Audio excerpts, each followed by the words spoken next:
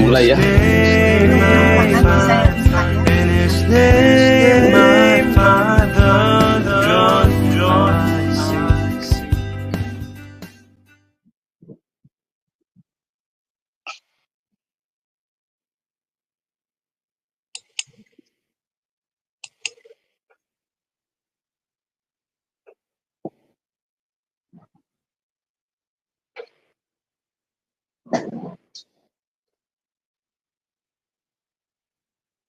Shalom, shalom, selamat malam Bapak Ibu yang terkasih di dalam Tuhan Yesus.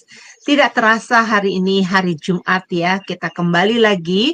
Schedule-nya adalah pelajaran sejarah penebusan.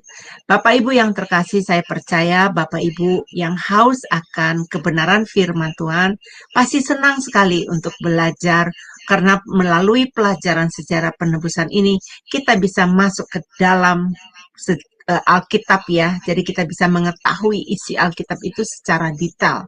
Baik Bapak Ibu, sebelum kita memulai acara ini, kita minta kepada Bapak Siagian Bayuwangi untuk memimpin kita di dalam doa pembukaan. Silakan Pak. Terima kasih. Kami bersyukur Tuhan pada malam hari ini kami boleh mengikuti pelajaran akan kebenaran firman-Mu. Tuhan, bukakan hati dan pikiran kami, agar kami semakin mengerti lebih dalam kebenaran firman-Mu Tuhan. Sehingga kebenaran firman-Mu boleh membawa berkat bagi kami, boleh berguna bagi diri sendiri, berguna juga bagi orang lain. Kami memberitakan kebenaran firman-Mu Tuhan Yesus. Tuhan, hamba-Mu yang sebentar akan memberitakan firman-Mu, memberikan pelajaran, kiranya bukakan hati dan pikirannya, agar semua apa yang diucapkan berasal daripada Engkau Tuhan Yesus. Semua kami yang mendengarkan, baik yang ada di Indonesia, di luar negeri, kiranya Tuhan campur tangan di dalam semua apa yang menjadi peralatan-peralatan diperlukan untuk terlaksananya acara ini Tuhan Yesus. Tuhan, ampuni semua dosa perbuatan kami yang kami sengaja maupun tidak kami sengaja, baik dalam pikiran perbuatan, agar kami layak di hadapan-Mu, layak mendengarkan firman-Mu. Di dalam nama Tuhan Yesus kami sudah berdoa dan mengucap syukur. Haleluya. Amin. Amin. Terima kasih Pak Siagian atas doanya ya. Baik Bapak Ibu, mari kita melihat profil dari dosen kita malam ini yang akan mengajarkan kita. Dipersilakan operator. Shalom semua, berjumpa kembali dengan tema Adonai. Dan pada kesempatan kali ini kita akan berkenalan dengan pembicara kita, yakni Bapak Pendeta Yudi M. Lengkong. Dan berikut adalah profil singkat dari beliau. Nama lengkap Pendeta Yudi PM Lengkong, Eskom, MDiv MTH Demin.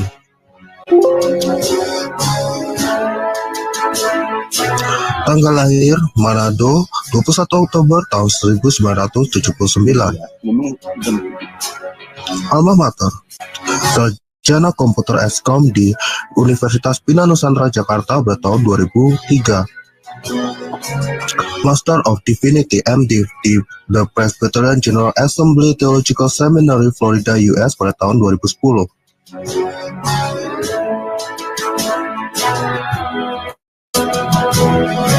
Doctor of Ministry Demin di Perry Theological Seminary Florida US pada tahun 2015. Master Teologi MTH di STT Bethesda Bekasi pada tahun 2021. Pelayanan. Beliau pernah melayani sebagai pendeta di Gereja Presbyterian Bukit Sion Indonesia di Jalan Ragawana 1 nomor 2 Puri Cinere Depok. Pembicara seminar buku seri Sejarah Penebusan untuk Yayasan Damai Sejahtera Utama Depok. Dosen di STT Hagiasmos Mission Jakarta. Dan sekarang beliau melayani sebagai pendeta di Presbyterian Bukit Sion Indonesia di Jalan Ciliwung nomor 5 Purwantoro, Kecamatan Blimbing, Kota Malang, Jawa Timur.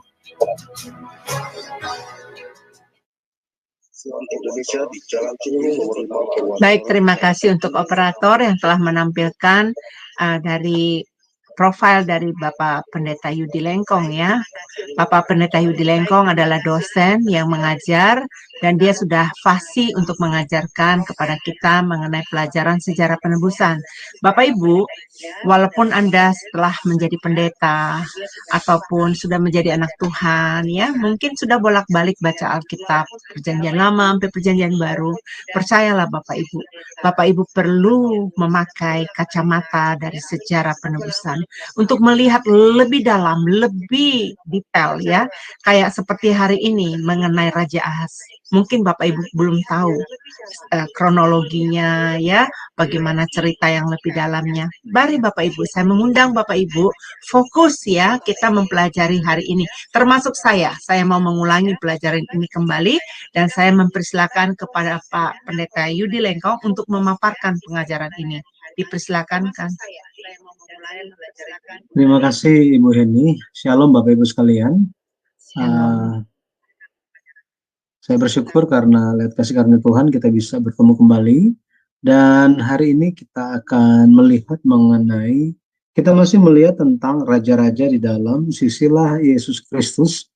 Secara khususnya kalau kita lihat silsilah Yesus Kristus pada periode yang kedua itu merupakan silsilah raja-raja. Jadi nama-nama raja dari keturunan Daud. Dan beberapa raja kita sudah memperhatikannya. Dan hari ini merupakan raja yang terakhir yang akan kita bahas. Sebenarnya ada banyak raja yang sangat menarik dan sangat mengajarkan kita hal-hal tentang jalan-jalan Tuhan dan bagaimana kehendak Tuhan di dalam sejarah penebusan. Akan tetapi karena kita tidak membahasnya secara detail satu persatu, jadi kita hanya mengambil beberapa raja dan ini merupakan raja yang terakhir. Dan mungkin jika ada satu kesempatan lagi, saya akan membawa kesimpulan dari sejarah raja-raja ini. Dan hari ini kita akan melihat mengenai Raja Ahaz. Raja Ahaz. Yang terakhir kita sudah belajar mengenai Raja Hizkia. Raja Hizkia, jadi nama papanya adalah Ahaz. Nama ayahnya adalah Ahaz dan kita sudah belajar mengenai kronologi dari pemerintahan Raja Hizkia. Lewat kronologi itu kita bisa mengetahui bagaimana Hizkia dia naik turun kehidupan iman dia, tetapi pada akhirnya dia berpegang kepada Tuhan.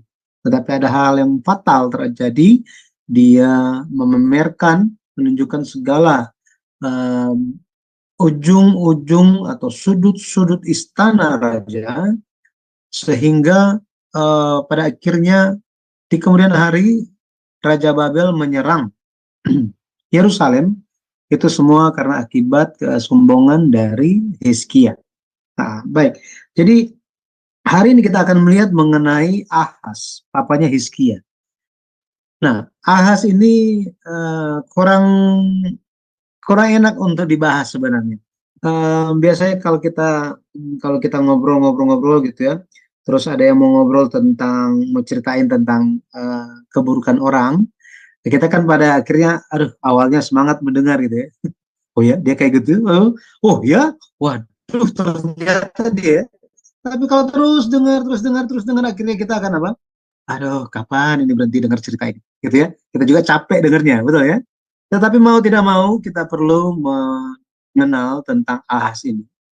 Ada suatu fakta yang jarang sekali diketahui oleh dunia kekristenan bahwa ada 5 tahun pemerintahan Ahaz itu menjadi 5 tahun pemerintahan yang tidak diakui Tuhan. Tidak diakui oleh Tuhan. Apa yang terjadi di dalam 5 tahun ini dan pesan apa yang bisa diberikan kepada kita? Ya, jadi dengan berdasarkan buku seri sejarah penebusan, seri yang keempat, Pemeliharaan yang Misterius dan Ajaib, yang ditulis oleh Pendeta Abraham Park. Beliau juga menuliskan seri sejarah penebusan dan memiliki visi misi bagaimana supaya kekristenan di dunia ini bisa maju, berkembang, dan intinya makin cinta Alkitab, ya. Dan kita lihat mengenai Ahaz ini, ya, Ahaz. Jika ada yang memiliki bukunya, jadi pelajaran hari ini berdasarkan buku seri yang keempat, Sejarah Perebusan, halaman 171 sampai 182. Kemudian ada juga itu 169 dan 170. Ini dibedakan karena berdasarkan urutan pembahasan. Baik, kalau kita lihat periode kedua silsilah Yesus Kristus itu, Raja-Raja Yehuda memerintah, dan Pendeta Abraham Pak menyusun secara terperinci mengenai tahun-tahunnya.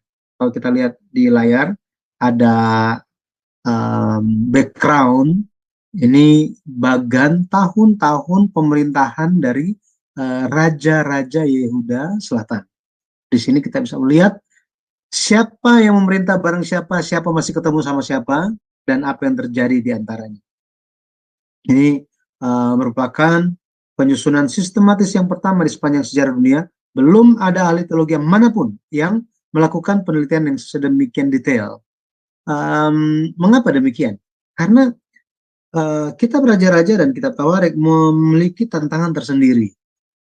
Ada banyak raja-raja, tidak begitu banyak informasi mengenai mereka, akan tetapi hal ini lebih diperrumit dengan tahun-tahun, bahkan tahun pembanding. Mungkin Bapak Ibu ketika baca, yang sudah baca Alkitab, khususnya kitab Raja-Raja dan Tawarik, pernah mendengar istilah ini. Ketika raja ini menjadi raja di Yehuda Selatan, itu adalah tahun kesekian dari raja siapa? Dari Israel, gitu. Raja Israel katanya. Dalam bahasa Indonesia itu cuma dibilang Raja Yehuda dan Raja Israel.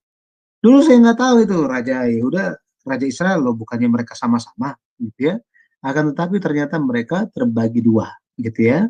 Israel di bagian utara, jadi disebut sebagai the Northern Kingdom of Israel, jadi Israel utara. Kemudian the Southern Kingdom of Judah, jadi Yehuda Selatan. Ya, di dalam buku sejarah perebusan langsung dicatat sebagai Israel utara, Yehuda Selatan. Nah, Pendeta Abraham Pak itu menyusun dengan terperinci, dengan detail tentang kronologinya. Muncul pertanyaan, buat apa sih tahu tentang raja-raja ini, tentang kronologi, buat apa, gitu ya? Nah, sebelum kita sampai ke sana, mari kita baca dulu firman Tuhan di 2 Raja-Raja 16 ayat 1 dan 2. 2 Raja-Raja 16 ayat 1 sampai 2, dalam tahun ke-17, zaman Pekah bin Remalia, Ahaz, anak Yotam, Raja Yehuda menjadi raja. Ahaz berumur 20 tahun pada waktu ia menjadi raja, dan 16 tahun lamanya ia memerintah di Yerusalem. Ia tidak melakukan apa yang benar di mata Tuhan Allahnya seperti Daud bapa leluhurnya. Oke. Ya, jadi kita lihat di sini ada tentang Ahaz. Nama papanya adalah Yotam. Ya, Yotam. Dia cucu dari Uzia. Cucu dari Uzia. Oke. Ada yang bertanya, buat apa mempelajari tahun-tahun yang muncul dalam Alkitab? Mengapa itu merupakan suatu hal yang penting?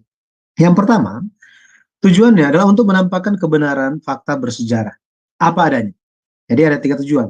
Kenapa penting mempelajari tahun-tahun yang muncul dalam Alkitab? Yang pertama, untuk menampakkan kebenaran fakta bersejarah apa adanya. Mengapa demikian? Di zaman sekarang ini, sangat penting apa yang menjadi fakta dan apa yang bukan fakta. Itu sebabnya perlu yang namanya data-data yang tepat, gitu ya. Kalau kita lihat banyak video-video muncul, entah videonya tahun kapan, tiba-tiba muncul, pada akhirnya menyebabkan kebingungan. Nah, sama seperti itu, di dalam Alkitab, tahun-tahun itu kita perlu melihatnya secara kronologis sehingga kita tahu seperti apa fakta bersejarah di zaman tersebut. Akhirnya kita lihat bahwa, oh iya benar, apa adanya benar, gitu ya. Yang kedua, untuk menampakkan pekerjaan pemeliharaan Allah dalam sejarah dan tidak terlewat begitu saja. Maksudnya apa? Ketika kita memperhatikan tahun-tahun raja-raja ini atau tahun-tahun dalam Alkitab, kita bisa melihat bahwa Allah campur tangan dalam sejarah. Bukan sejarah dunia saja, tetapi sejarah umatnya. tidak terlewat, tetapi Allah memelihara, ya, memelihara. Jadi menampakkan pemeliharaan Allah. Makanya ditulis tahun-tahunnya. Maksudnya apa? Contoh, Daud berumur 30 tahun ketika dia menjadi raja. Artinya, selama 30 tahun ini Allah benar-benar menyertai dia. Jadi kita bisa melihat Allah campur tangan, ya, bahkan dalam sejarah global. Yang ketiga, tujuannya apa? Untuk menampakkan penyelenggaraan penebusan Allah bagi kita yang hidup saat ini. Jadi ketika kita mengetahui kronologinya, kita mempelajarinya, maka akan muncul suatu maka kebenaran Alkitab itu, kebenaran itu akan menjadi hidup bagi kita. Nah, kalau kita baca begitu saja tanpa memahami tahun-tahun, maka kita akan lihat itu sebagai apa? Angka saja. Oh, dia jadi raja sekian lama, oke, ya sudah selesai. Apa yang bisa kita sadari? Tidak ada. Betul ya? Tetapi ketika kita mempelajarinya, menyadarinya, maka kita akan memahami seperti apa rencana Allah di zaman itu dan apa hubungannya dengan kita yang hidup hari ini. Nah, makanya banyak hamba-hamba Tuhan menghindari berkhotbah tentang raja-raja, apalagi tahun-tahunnya. Kenapa? Karena itu kekhawatiran apakah masih signifikan, masih relevan dengan zaman sekarang. Nah, tapi kita bisa melihat bahwa justru Alkitab diberikan bagi kita supaya kita bisa sadar. Tetapi bagaimana bisa sadar? Kebenarannya saja kita masih terbolak-balik gitu ya. Jadi bersyukur kita bisa mempelajari kehidupan Ahaz dan kita pun bisa memperhatikan kehidupan seperti apa yang Ahaz jalani dan nasihatnya itu bagi kita itu apa, ya. Baik. Kalau kita lihat mengenai Ahaz, tahukah Bapak Ibu bahwa Alkitab mencatat bahwa dia menjadi raja di 3 tahun yang berbeda. 3 tahun yang berbeda. Jadi dikatakan misalnya di 2 Raja-Raja 17 ayat 1, Ahaz menjadi raja. Ya, dikatakan bahwa tahun ke-12 zaman Ahaz, Raja Yehuda, maka Hosea menjadi raja. Itu kalau kita baca di 2 Raja 17 ayat 1. Jadi tahun ke-12 zaman Ahaz, Raja Yehuda, maka waktu itu di utara Hosea itu menjadi raja. Nah, ketika dibandingkan antara Raja Ahaz dan Hosea, di sini dihitung bahwa apa? Didapati bahwa pada tahun 743 sebelum Masehi, Ahaz diangkat sebagai wali dari papanya, wali raja. Dan usia Ahaz waktu itu adalah 12 tahun. Di bagian Alkitab yang lain, 2 Raja-Raja 16 ayat 1 sampai 2, di situ dikatakan Ahaz menjadi raja itu pada tahun ke-17 Pekah, Raja Israel. Ini menunjuk kepada tahun 735 sebelum Masehi. Ini ketika Ahaz dan Yotam, papanya, memerintah bersama-sama menjadi raja. Gini, memerintah kerajaan Yehuda itu bersama-sama. Nah, itu dimulai ketika dia berumur 20 tahun. Ya, 20 tahun. Dari sini kemudian kita bisa lihat di 2 Raja-Raja pasal 15 ayat 38 ayat 30, di situ dikatakan di ayat 30 ya. Maaf di situ, jadi 2 Raja-Raja 15 ayatnya yang ke-30, yang 30. Di situ dikatakan tahun ke-20 zaman Yotam. Tahun ke-20 zaman Yotam bin Uzia. Di sini kita bisa lihat bahwa pada tahun 731 sebelum Masehi, akhirnya Ahaz memerintah sendirian. Sedangkan jadi Yotam itu sudah mati, dia memerintah sendiri, memerintah tunggal. Waktu dia berumur 24 tahun. Jadi dia diurapi menjadi raja itu 3 kali. Dia dicatat waktu dia memerintah itu dicatat di 3 waktu yang berbeda. Waktu umur 12 tahun, 20 tahun, dan 24 tahun. Kalau kita perhatikan Daud diurapi juga 3 kali, gitu ya. Diurapi. Ini bicara tentang tahun pemerintahannya 3 kali, gitu ya. Tetapi Daud dia diurapi 3 kali. Yang pertama di mana? Di Bethlehem, di hadapan orang tua dia dan keluarga dia, di saudara-saudaranya, ya, depan saudara-saudaranya, di rumah mereka. Kemudian dia menjadi raja di Hebron, diurapi di Hebron. Dan yang ketiga dia diurapi di mana? Di Yerusalem. Bukan di Yerusalem, di Hebron juga. Oke, di Hebron juga. Jadi dia menjadi diurapi menjadi raja di Hebron itu untuk kedua kalinya dia diurapi. Tetapi pada saat itu dia menjadi raja atas 2 suku, Yehuda, ya, atas Yehuda, ya, atas Yehuda. Tetapi 11 suku yang lain itu masih mengikuti anaknya Saul. Nah, setelah anaknya Saul ini mati, pada akhirnya tua-tua Israel datang ke Hebron. Nah, ini datang ke Hebron dan mengurapi Daud menjadi raja atas seluruh Israel. Jadi dia 3 kali diurapi, ya.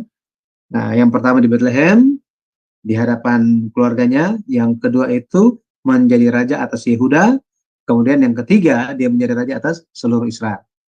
Nah, mengenai Yotam, kalau kita lihat, mengenai Ahaz, kalau kita perhatikan, dia menjadi, Alkitab mencatat dia menjadi raja itu di zaman-zaman ini, usia 12 tahun, 20 tahun, dan 24 tahun.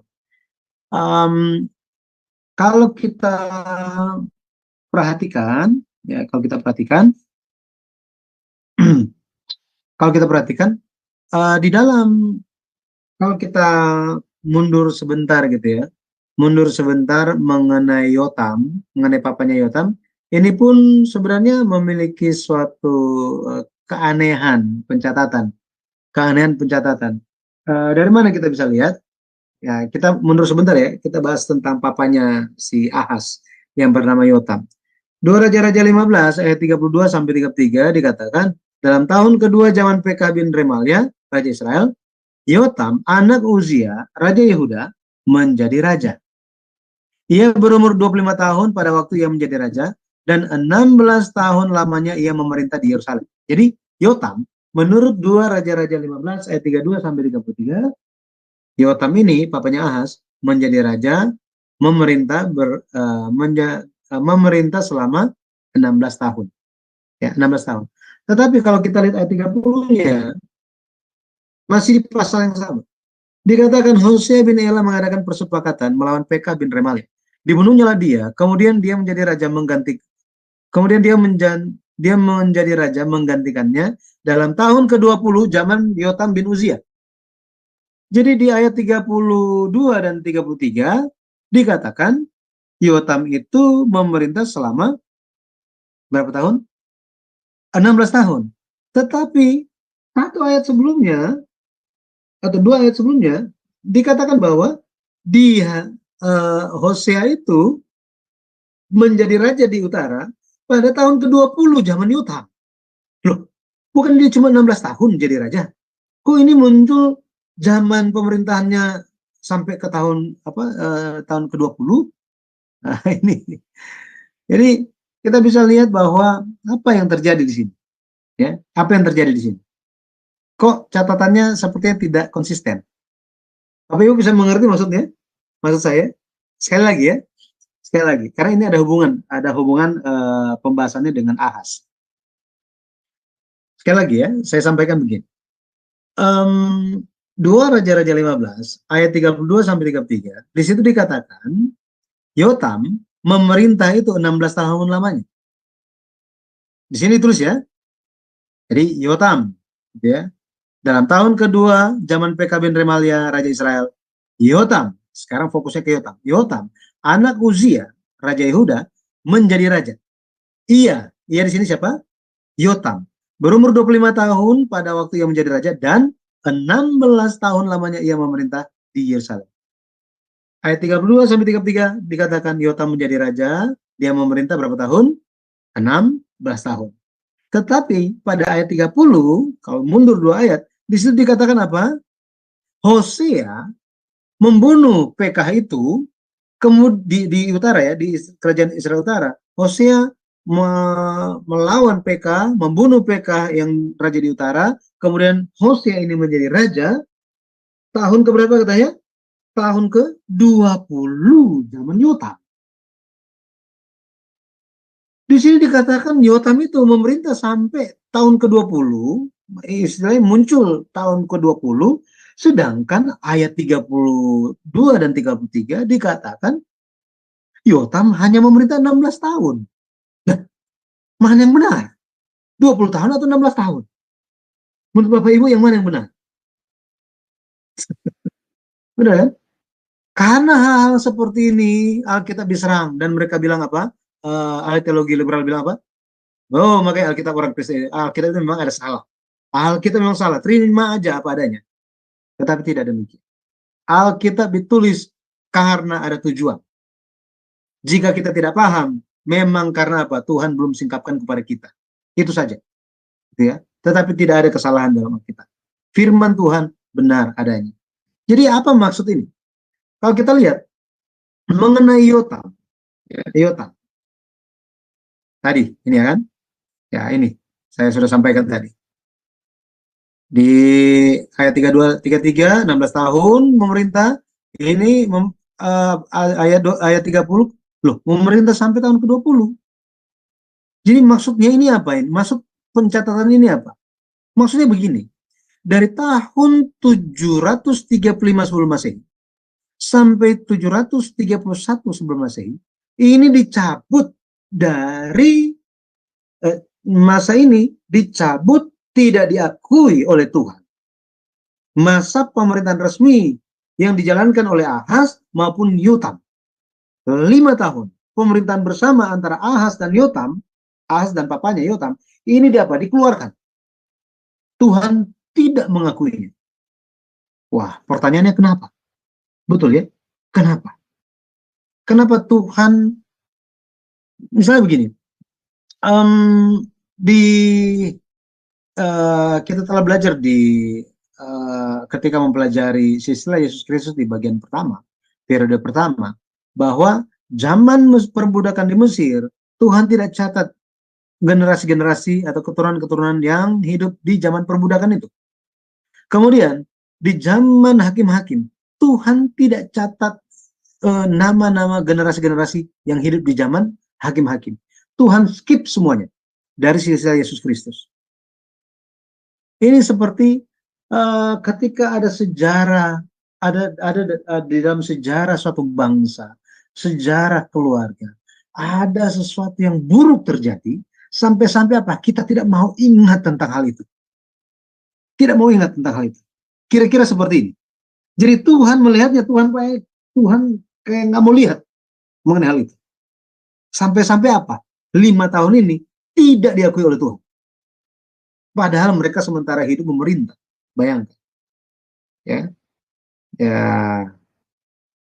Kalau misalnya kita memaksakan zaman sekarang gitu ya. Misalnya gitu kan. Misalnya saya menjadi pendeta misalnya udah 3 tahun. Tiba-tiba Tuhan bilang, oh cuma 2 tahun kamu jadi pendeta. Waduh, yang 1 tahunnya kemana gitu. Betul ya? Nah, kira-kira seperti ini maksudnya. 5 tahun lamanya. Kenapa demikian? Nah, kenapa demikian? Alasannya karena kerajaan Yehuda diinjak-injak oleh bangsa kafir dan banyak rakyat yang mati. Ini merupakan sejarah tragis dari kerajaan Yehuda sampai Tuhan tidak akui. Ya, tidak akui mengenai hal ini. Nah, ini. Bagaimana kita memahami hal ini? Jadi kita bisa memahami begini.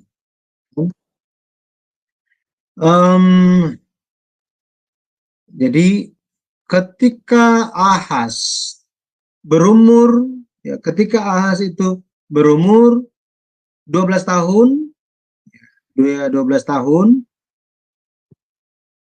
ketika dia 12 tahun, dia menjadi wali.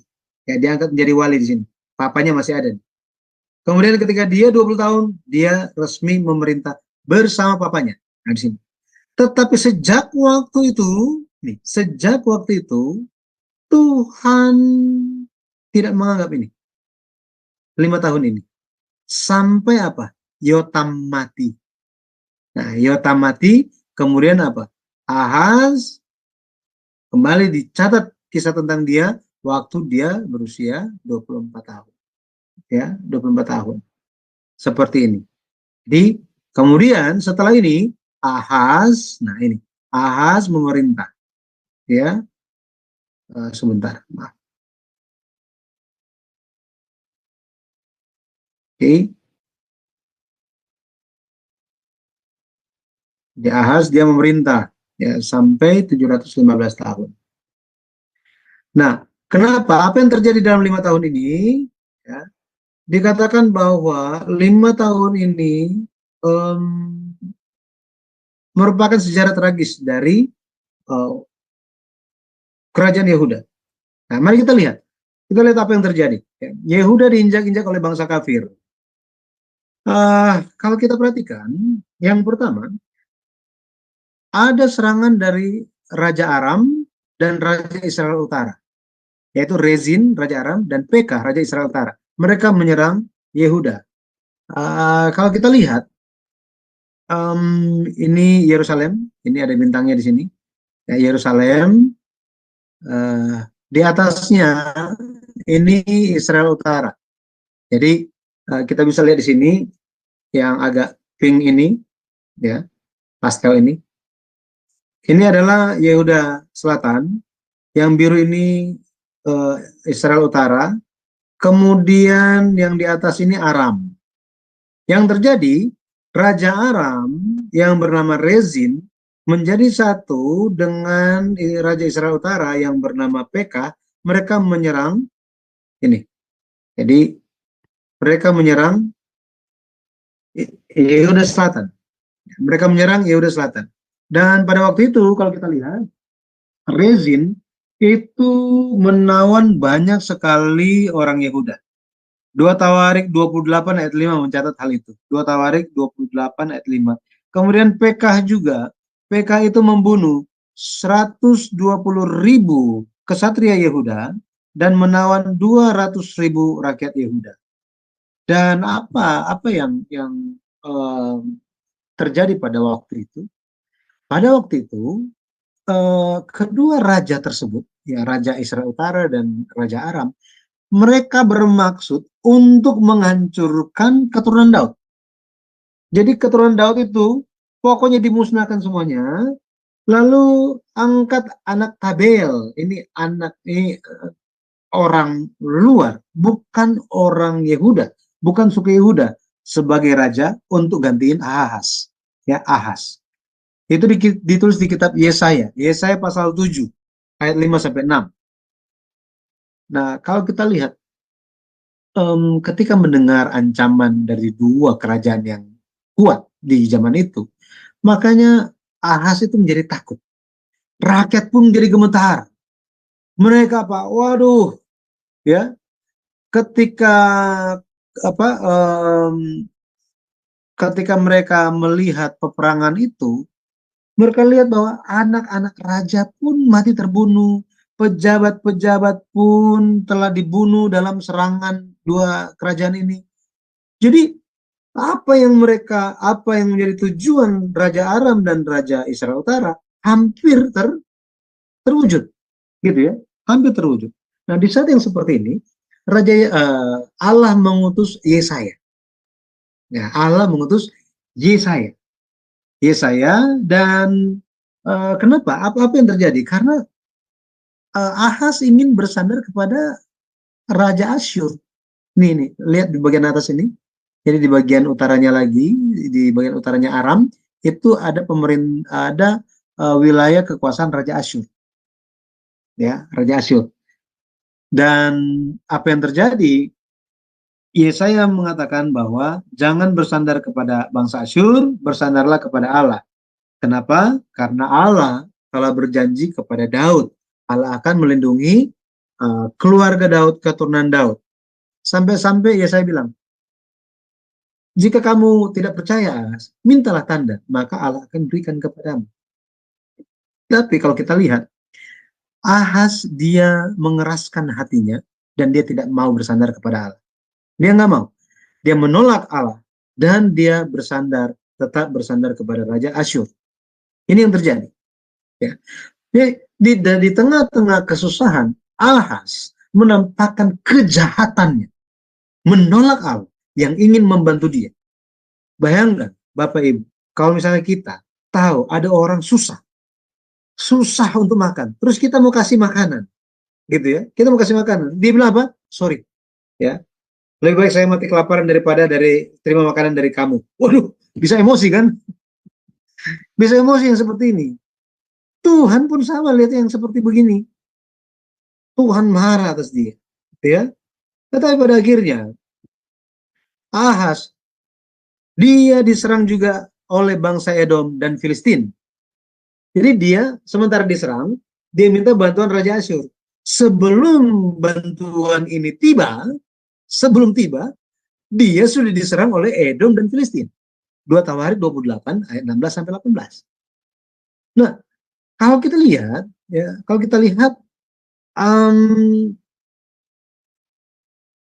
jadi dari Asyur, ya, Raja Asyur ini menyerang Aram. Setelah dia menyerang Aram, dia menyerang Israel Utara. Jadi apa ya? Ketika mendengar kabar bahwa Raja Asyur setuju mau membantu Ahaz, Ahaz sangat gembira. Apalagi dia melihat bahwa Raja Asyur sudah mengalahkan Aram, membunuh Raja Aram, kemudian juga menyerang Israel Utara, sehingga ada banyak rakyat di Israel Utara itu ditawan juga oleh Raja Asyur. Jadi di sini Ahaz melihat, wow, ternyata nggak perlu Tuhan. Saya minta bantu Raja Asyur juga bisa berhasil. Memang keputusan saya sudah tepat. Ahaz berpikir seperti itu. Tetapi apakah Raja Asyur memang sementara membantu dia? Bukan, saudara. Gitu ya. Jadi yang Raja Asyur sedang lakukan adalah Raja Asyur sedang memperluas wilayah penaklukannya, kekuasaannya. Ini yang Raja Asyur sedang lakukan. Jadi ketika Raja Asyur itu sementara menyerang Aram, menyerang Israel Utara, apa yang terjadi?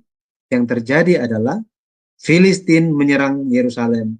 Kemudian Edom menyerang Yerusalem. Ini yang dari wilayah selatan. Menyerang mereka.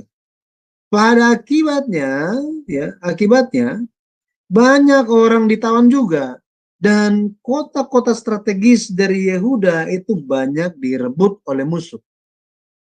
Kenapa? Kenapa hal itu terjadi? Kenapa Allah membiarkan hal itu terjadi? Kenapa Allah membiarkan Ahaz dan Yehuda Selatan menderita sedemikian rupa? Itu karena Ahaz menolak Tuhan. Dia mengandalkan manusia. Kita pernah dengar firman Tuhan yang berkata apa?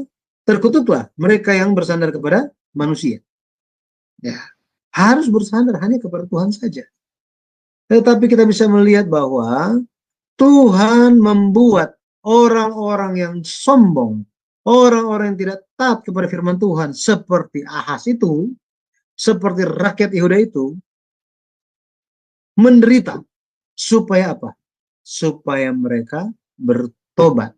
Supaya mereka rendah hati, berbalik kepada Tuhan. Ini tujuan Tuhan. Ya, tujuan Tuhan. Ahaz tetap tidak mau memahami dan tidak berusaha menyadari hal ini. Ya. Yang terjadi apa? Yang terjadi, bangsa Asyur yang dimintain bantuan justru makin menyesakkan Yehuda Selatan. Menyesakkan. Ini. 2 Tawarik 28 ayat 20. Nah, Raja Asyur dia sudah menerima banyak sekali sumbangan, gitu ya, hadiah dari Ahaz. Bukannya nolong, justru dia makin tekan Yehuda. Jadi kita bisa lihat bahwa ya pada akhirnya Asyur, pengharapan dari Ahaz ini, justru apa yang diharap ini berbalik dan menyerang dia, menekan dia. Banyak peringatan dari Allah ya, yang disampaikan kepada Raja Ahaz, tetapi ia tetap tidak merendahkan hatinya, dia tidak bertobat, dia tidak bersandar kepada Allah. Mazmur 146 ayat 3 sampai 5. Sangat penting bagi kita untuk bersandar kepada Allah. Sangat penting, ya. Bahkan di zamannya di masa yang seperti ini, bayangkan dia sementara ditekan oleh Raja Asyur. Dia sudah mengalami penderitaan karena Raja Aram, Raja Israel Utara, diserang juga oleh orang Filistin dan orang Edom, ditekan oleh Raja Asyur yang sudah dia kasih banyak hadiah. Tahu apa yang dia lakukan? Apa yang Ahaz lakukan? Dia lebih dan makin berdosa kepada Tuhan. Makin berdosa kepada Tuhan. Apa yang dia lakukan? Bayangkan. Yang pertama, dia memberikan persembahan korban kepada Allah orang Damsyik, Allah orang Aram. Kemudian, dia mengumpulkan perkakas-perkakas rumah Tuhan dan hancurkan. Dia menutup pintu rumah Tuhan supaya tidak ada ibadah. Dia membuat mezbah-mezbah di seluruh penjuru Yerusalem. Bahkan apa? Nggak cukup di sini, Bapak Ibu. Nggak cukup di sini. Ada satu, kalau kita lihat, Ahaz, dia waktu itu dia pergi ke wilayah Damsyik, di wilayah Aram, gitu ya. Dan ketika dia di sana, dia melihat bait atau tempat penyembahan dari orang Aram, orang Damsyik, itu bagus sekali, megah sekali. Dia jatuh cinta kepada mezbah-mezbah itu, ya. Dan apa yang dia lakukan? Dia suruh gambar denahnya, apa semuanya, karena dia ingin mendirikan mezbah yang sama. Di mana? Di bait suci Salomo. Bayangkan. Itu yang dia lakukan. Yang dia lakukan, gitu ya. Dia suruh imam besar untuk bangun mezbah penyembahan dewa Asyur di dalam bait suci Tuhan. 2 Raja-Raja 16 ayat 17. Bayangkan Bapak Ibu. Masih kurang jahatnya. Masih kurang ini. Masih ada lagi kejahatan dia. Dia sangat agresif. Bapak Ibu lihat ini. Ini saya ambil dari referensi buku ke-9 yang disusun oleh Pendeta Abraham Park. Ini referensi ya. Referensi buku ke-9 ya. Kita baru buku keberapa ya? Buku ke-4. Jadi buku ke-9 saya ambil. Ini merupakan kalau bahasa Indonesia itu dibilang laut. Ya, laut. Istilah Indonesia laut. Ini sebuah bab berisi sangat besar, sangat banyak air. Ya. Ini ada 12 lembu. Di atas 12 lembu itu dibikin bejana yang luar biasa besar. Dari tembaga, bayangan. Ini ada gambarnya ya. Dulu kita bersyukur sekarang ada gambarnya. Dulu nggak ada gambarnya, sangat kesulitan saya dalam menjelaskannya. Tetapi ada gambarnya, puji Tuhan. Pendeta Abraham susun seperti ini. Nah, itu dari tembaga, diameternya itu 4,5 meter. Jadi bayangkan kamar kita atau apartemen kita. Segede itu. Kelingnya 13,6 meter. Tinggi 2,2 meter. Daya tampungnya itu 45.000, sekitar 45.420 liter air. Bayangkan kalau kita lihat tangki-tangki Pertamina yang lewat itu, yang gede. Gitu ya. Jadi banyak sekali. Apa yang dilakukan? Karena Ahaz sangat ingin membangun mezbah berhala orang Damsyik itu, dia suruh apa? Pindahin barang ini. Pindah jauh-jauh. Nggak ada gunanya ini. Ganti, taruh apa di situ? Taruh bait mesbah penyembahan berhala orang Aram, orang Damsyik. Sangat-sangat jahat. Di sini kita bisa lihat apa? Ahaz bukan saja dia itu jatuh di dalam dosa, tetapi dia sangat agresif. Bapak Ibu tahu militan ya? Ya kira-kira kayak gitu. Wah, dosa apa lagi ya? Dosa apa lagi ya? Dosa apa lagi ya? Apa lagi ya? Jadi dia sangat-sangat berusaha dengan giat untuk berdosa.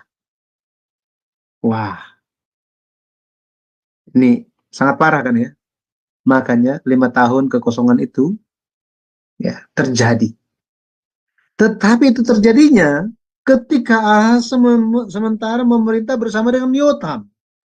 Yotam ini adalah raja yang baik, Bapak Ibu. Raja yang apa? Baik. Tetapi Yotam tidak ada daya dan dia hanya lihat anaknya berbuat dosa saja. Jadi kita kembali lagi, gitu ya. Lihat bagian ini, Yotam memerintah selama 16 tahun. Ya, 16 tahun. Kalau kita lihat ya dari sini ada 5 tahun kekosongan. Ini pun adalah pemerintahan bersama antara Yotam dan Ahaz. Ya, Yotam dan Ahaz. Jadi pemerintahan bersama dari tahun ini 735, 735, 734, 733, 732, dan 731. Jadi setiap tahun ini dihitung. Ya, termasuk semuanya. Maka kita bisa melihat di sini apa ya? Yotam dia itu kalau kita lihat, kita bandingkan ya mengenai Yotam. Yotam papanya Ahaz ini. Kita lihat papanya Ahaz ya. Yotam itu dia baik ya, dia baik, dia berjalan di jalan Tuhan tanpa berubah dari awal sampai akhir. Bedanya apa? Bapak Ibu tahu, masih ingat papanya Yotam siapa? Itu adalah Uzia. Uzia. Jadi papanya Yotam atau kakek dari Ahaz bernama Uzia. Siapa Uzia ini? Uzia yang itu loh, yang kena kusta karena dia ingin memberikan persembahan di hadapan Tuhan. Dia ingin memberikan korban, ya, memberikan persembahan di hadapan Tuhan. Padahal itu adalah tugas dari para imam, gitu ya. Tetapi karena dia memaksakan hal itu, dia ada kesombongan, akhirnya dia kena kusta, gitu ya. Itu Uzia. Nah, kehidupan Yotam itu berbeda dengan leluhurnya, ya. Yotam dia itu berjalan di jalan Tuhan dari awal sampai akhir. Sayangnya apa? Cuma dia sendiri. Hanya dia sendiri yang hidup di jalan Tuhan. Rakyat masih ada dosa di hadapan Tuhan. Ya, ini Yotam. Dibandingkan dengan leluhurnya, papanya Yotam ini, yang kakeknya Ahaz, itu ya memulai dengan baik, tetapi tahun-tahun terakhir melawan Tuhan dalam hal memberikan persembahan. Makanya kena kusta. Kemudian kakeknya Yotam itu Amazia, raja yang jahat. Yoas ini raja yang jahat. Tetapi kalau kita bandingkan, gitu ya, kalau kita bandingkan mengenai Yotam ini, peristiwa tahun-tahun ini, tahun-tahun 5 tahun ini kekosongan, itu adalah ketika Yotam berusia dari umur 40 sampai 44. Ya. 40 sampai 44. Kalau kita baca di 2 Raja-Raja 15 ayat 35 sampai 37, dikatakan begini. Jadi ini tentang Yotam ya. Dia hidup benar, ya, hanya dia enggak datang ke bait suci aja. Dikatakan, namun demikian, bukit-bukit pengorbanan tidaklah dijauhkan. Bangsa itu masih mempersembahkan dan membakar korban di bukit-bukit itu. Ia mendirikan pintu gerbang tinggi di rumah Tuhan. Selebihnya dari riwayat Yotam, apa yang dilakukannya, bukankah semuanya itu tertulis dalam kitab sejarah raja-raja Yehuda? Mulai zaman itu, nah di sini, mulai zamannya siapa? Yotam. Mulai zaman itu, Tuhan menyuruh Rezin Raja Aram dan Pekah bin Remalia menyerang Yehuda. Jadi tadi kita bahas, yang kita bahas tadi adalah seolah-olah Aram, Rezin dan PKH ini, Raja Aram dan Raja Israel Utara, hanya mereka menyerang itu terfokus kepada pemerintahan Raja Ahaz. Seperti itu ya. Tetapi ternyata apa?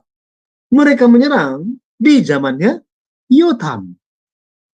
Satu ayat lagi kita lihat. 2 Raja-Raja 16 ayatnya yang ke-5. Di situ dikatakan, pada waktu itu majulah Rezin Raja Aram dan Pekah bin Remalia Raja Israel untuk memerangi Yerusalem. Dan mereka mengepung Ahaz. Tetapi mereka tidak dapat mengalahkan dia. Nah di sini, mereka mengepung Ahaz.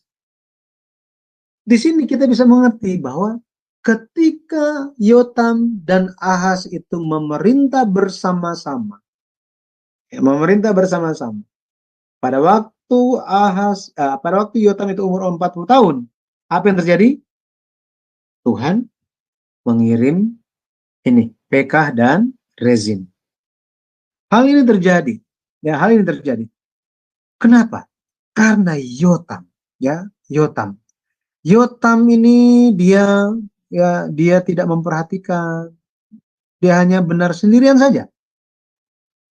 Dia tidak memperhatikan rakyatnya. Dia bahkan tidak memperhatikan anaknya sendiri. Tidak memperhatikan. Makanya Alkitab dengan sengaja. Ini kalau dibaca, kalau kita lihat ini ya, loh, di sini di dua raja ini, Raja Aram dan Raja Israel Utara, itu menyerang di zamannya Yotam. Loh, di sini di zamannya Ahaz. Di ayat yang berbeda. Loh, jadi di zamannya siapa dua raja ini menyerang Yerusalem? Menyerang Yehuda. Ini bisa membingungkan. Tetapi lewat pembahasan kita malam hari ini, kita bisa tahu apa? Ini adalah peristiwa yang sama. Menyerang tempat yang sama. Tetapi pada waktu itu, Yotam dan Ahaz memerintah bersama-sama. Jadi pada akhirnya kalau kita lihat, seperti apa Ahaz dibandingkan dengan leluhur dia, gitu ya? Ahaz, kalau kita lihat, dia hidup menurut kelakuan raja-raja Israel, raja-raja penyembah berhala. Bahkan dia membuat patung tuangan. Jadi bukan orang yang bikin, bukan dibawa dari luar, dia sendiri bikin berhala. Bayangkan, dia bikin berhala, dia ciptakan sendiri. Dia bakar anak-anaknya sebagai korban bakaran. Bayangkan. Dia bakar anaknya sendiri. Waduh, ini suatu praktek yang sangat-sangat jahat. Sangat-sangat jahat.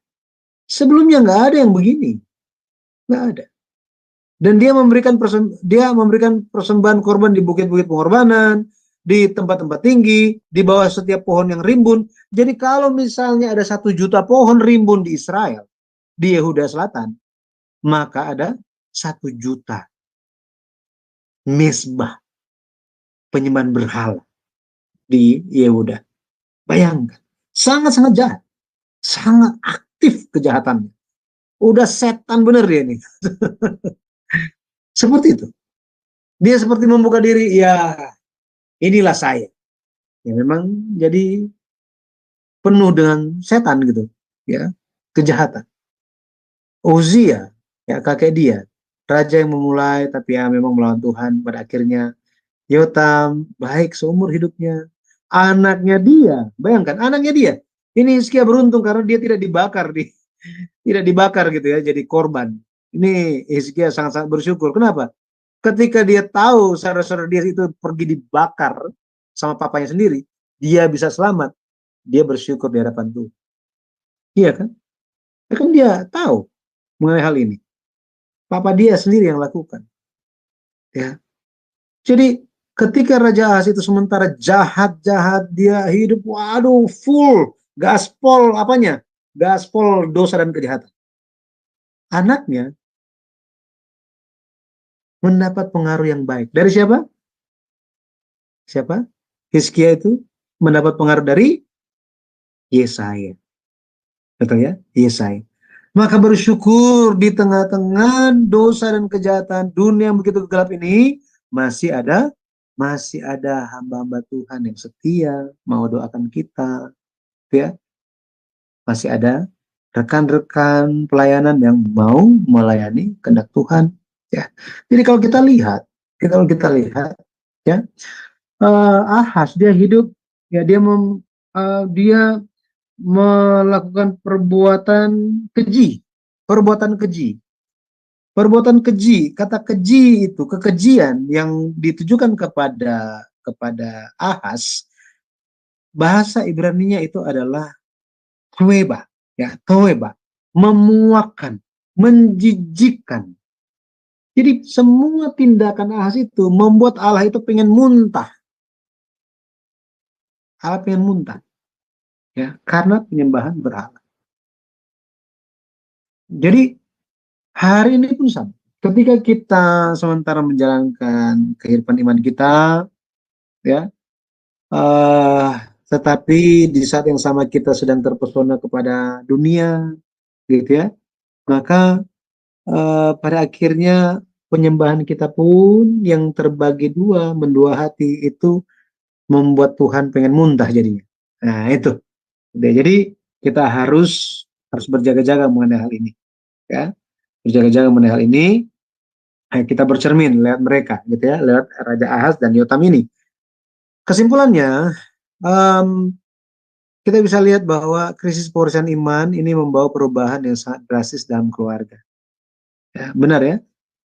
Kalau kita lihat krisis pewarisan iman, Yotam dia seharusnya memastikan iman yang dia miliki sudah ada pada anaknya, penerus kekuasaan, pemerintahan. Tetapi dia tidak memperhatikannya. Pada akhirnya, perubahan yang sangat drastis. Perubahan yang membawa murka Allah itu terjadi. Ya. Hal yang berikutnya, ini yang tadi saya katakan. Beribadah, janganlah dengan hati yang terpesona kepada hal dunia. Ya, mari kita mengarahkan hati kita senantiasa kepada Tuhan. Ya, dengan demikian, pada akhirnya segala yang kita lakukan pun benar-benar sesuai dengan jalan Tuhan, ya, bukan jalan pikiran kita sendiri, bahkan bukan jalan yang jahat, ya. Jadi mari kita menjadi orang-orang yang kehidupan kita diakui oleh Tuhan, ya, diakui oleh Tuhan. Tuhan mengakui kita, bukan hanya diakui kita, oh ya, dia rajin pelayanan, udah selesai, nggak mau dibahas lagi. Nggak mau dibahas lagi. Tiba-tiba pelayanan udah puluhan tahun, Tuhan bilang apa? Oh ya, ya kamu hanya beriman itu, menjadi orang beriman itu cuma ya 6 bulan terakhir sejak kamu sakit dan cari Tuhan. Waduh, itu kan, padahal saya sudah percaya, sudah rajin puluhan tahun, tapi ternyata Tuhan belum cuma 6 bulan. Benar ya? Ya, pada akhirnya mari kita menjalani suatu kehidupan yang berkenan di hadapan Tuhan. Kehidupan yang diakui oleh Tuhan, kehidupan yang penuh dengan berkat. Ya, carilah Tuhan selama ia berkenan ditemui, lakukanlah hal yang berkenan kepada Tuhan, lakukanlah sesuai dengan kehendak Tuhan. Pada akhirnya kita akan diakui. Ayat penutup saya itu Matius pasal 7 ayat 21 sampai 23. Ketika orang-orang yang rajin melayani, mereka dengan pemikiran mereka bahwa mereka katakan mereka mengenal Tuhan. Mereka telah lakukan banyak hal. Mereka telah usir setan, sembuhkan orang. Mereka banyak lakukan kebaikan. Mereka lakukan segala hal untuk Tuhan. Mereka berseru kepada Tuhan. Tuhan bilang apa? Aku tidak mengenal kamu. Bayangkan itu. Kalau itu kita. Artinya apa? Segala perbuatan pelayanan kita yang kita anggap itu sudah berkenan, sudah luar biasa, diakui oleh manusia, ternyata Tuhan tidak akui. Dan itu apa? Semua hal tersebut seperti suatu masa kehidupan yang dicabut, dihilangkan, menjadi kosong, masa yang kosong dalam kehidupan kita. Dan orang-orang yang di Matius pasal 7 itu, ayat 21, mereka apa? Mereka protes kepada Tuhan. Tuhan tidak adil. Saya sudah kerja untuk Tuhan. Kok Tuhan seperti itu? Ternyata Tuhan tidak adil. Akhirnya mereka akan menghujat Tuhan. Tuhan kasih tahu apa kepada mereka? Aku tidak pernah mengenal kamu. Orang-orang yang melakukan kejahatan katanya. Tetapi orang apa? Dalam bahasa Inggrisnya dikatakan lawlessness. Orang yang tidak tahu hukum. Orang yang tidak tahu firman. Hanya mengandalkan perbuatan. Menganggap benar. Tapi tidak tahu firman. Tidak tahu kehendak Tuhan. Tuhan tidak akui. Dan Tuhan buang mereka semua. Bukan itu kehendak Tuhan katanya. Nah, pada akhirnya mulai berpikir. Jadi kehendak Tuhan apa ya? Apakah yang menjadi kehendak Tuhan? Nah, inilah yang selalu kita cari. Apa yang menjadi kehendak Tuhan bagi kita untuk kita lakukan. Ya, saya berdoa kita bisa belajar dan memiliki kesadaran terus dicerahkan oleh Roh Kudus. Kita senantiasa melakukan kehendak Tuhan dalam setiap kehidupan kita. Tuhan Yesus memberkati. Saya kembalikan kepada Ibu Heni. Silakan Ibu. Wow, terima kasih banyak Bapak Pendeta Yudi yang sangat luar biasa sekali ya. Kita udah melihat hanya melalui dari sudut pandang sejarah penebusan, kita bisa melihat 5 tahun masa kekosongan dari Raja Ahaz tadi itu. Dan kita sudah dengar bagaimana kekejaman ya yang dilakukan oleh Raja Ahaz. Nanti kita bicarakan lebih lanjut ya Bapak Ibu yang terkasih. Saya minta Ibu Aling untuk memberitahukan kepada kita acara-acara apa yang akan diselenggarakan besok dan lusa kepada Aling, dipersilakan. Ya, terima kasih Ibu Heni. Baik Bapak Ibu, saya akan membacakan acara-acara Sema Adonai seminggu ke depan ya.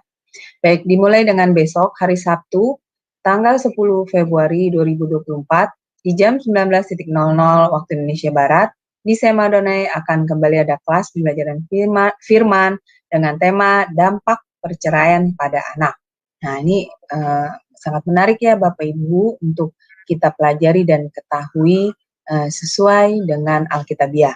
Dan yang menjadi narasumbernya adalah Pak Evangelis Jamino Widi Sulistija SEMTH dan moderatornya adalah Bro Agus. Selanjutnya di hari yang sama, hari Sabtu, di jam 21.00 waktu Indonesia Barat, di Sema Adonai masih ada kelas pembelajaran terakhir. Dan ini temanya kali ini adalah menyeimbangkan iman dan hikmat. Nah, ini juga sangat menarik ya Bapak Ibu untuk kita pelajari, kita ketahui. Dan yang menjadi narasumbernya adalah Pastor Teni Landena dan yang menjadi moderatornya adalah Ibu Heni. Selanjutnya di hari Minggu, 11 Februari 2024 di jam 19.00 waktu Indonesia Barat, di Sema Adonai akan ada ibadah online. Dan kali ini temanya diambil dari Nats Roma 12 ayat 1 sampai dengan 8. Dan ini tema kali ini masuk part yang kedua ya Bapak Ibu, yaitu namanya adalah ibadah yang sejati. 2 minggu yang lalu ini sudah kelas ini sudah sudah ada ibadahnya juga dengan tema yang sama di part yang pertama.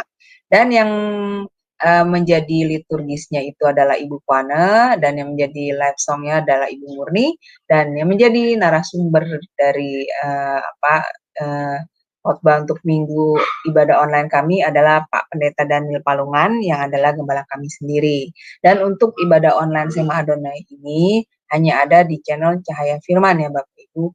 Jadi tidak ada di channel kami yang lain. Jadi Bapak Ibu yang belum mensubscribe channel Cahaya Firman, harap mensubscribe-nya agar bisa mengikuti ibadah online Sema Adonai. Dan untuk hari Senin 12 Februari 2024 di jam 21.10 waktu Indonesia Barat, di Sema Adonai akan kembali ada kelas pembelajaran firman dengan tema ketika kehidupan sulit dimengerti. Nah, ini pelajaran untuk kelas hari Senin ini kita membicarakan dari seri Kitab Rut. Dan diambilnya nasnya itu untuk kelas ini di hari Senin itu diambil dari Nats Rut 2. Nah, yang menjadi narasumbernya itu seperti biasa adalah Pak Pendeta DR Setio Nugroho MTH dan moderatornya adalah Bro Agus. Nah, selanjutnya ini mengenai pemberitahuan tentang channel baru kami ya Bapak Ibu. Jadi channel baru kami ini yang bernama Cahaya Firman menggantikan channel kami yang lama, dan tolong bagi Bapak Ibu untuk mensubscribe channel YouTube baru kami, yaitu channel Cahaya Firman. Contohnya seperti berikut ya Bapak Ibu. Nah, ini adalah akun di YouTube kami, logonya seperti ini, Cahaya Firman, dan jika Bapak Ibu ingin mensubscribe mencari Cahaya Firman akun kami dengan cara @cahayafirman. Nah, akan keluar seperti ini ya Bapak Ibu bentuknya. Baik, nah selanjutnya ini adalah renungan pagi dari Sema Adonai. Dan renungan pagi ini diadakan setiap hari dari Senin sampai dengan Sabtu dari jam 5.30 pagi dan dilayani oleh hamba-hamba Tuhan yang sangat memberkati. Dan untuk renungan pagi ini juga hanya ada di channel Cahaya Firman Bapak Ibu. Juga renungan pagi dari Bapak Gembala kami sendiri Pak Daniel yang diadakan setiap hari Jumat 1 kali seminggu juga hanya ada di channel Cahaya Firman. Jadi ibadah online kami dan renungan pagi kami ini Bapak Ibu hanya bisa melihat dan bergabung hanya di channel Cahaya Firman. Jadi Bapak Ibu yang belum mensubscribe channel Cahaya Firman, channel baru kami, dan juga belum men-share-nya, harap mensubscribe dan men-share-nya kepada yang lain, sehingga semakin banyak orang lain juga yang bisa mengikuti keseluruhan acara dari channel Cahaya Firman, dari kelas Sema Adonai ya Bapak Ibu, dan membantu channel kami juga untuk menjadi lebih berkembang dan menjadi berkat lagi bagi banyak orang. Terima kasih Bapak Ibu atas perhatiannya. Tuhan berkati. Terima kasih untuk Sis Aling yang telah membantu ya membacakan acara-acara kita ke depannya. Bapak Ibu, yuk mari kita diskusi ya. Bapak Ibu kan sudah mendengarkan tadi, mungkin ada dari Pak Siagian, ada Bang Romi di sini ya, ada Pak Edi, ada Bu Tina. Oke, ada Pak Ahok. Kalau memang ada pertanyaan silakan ya angkat tangan ya. Ya, Bapak Pendeta Yudi, ini menurut saya penjelasan yang Bapak berikan tadi itu sangat-sangat luar biasa ya Pak ya. Ini seperti kita masuk di dalam kuliah yang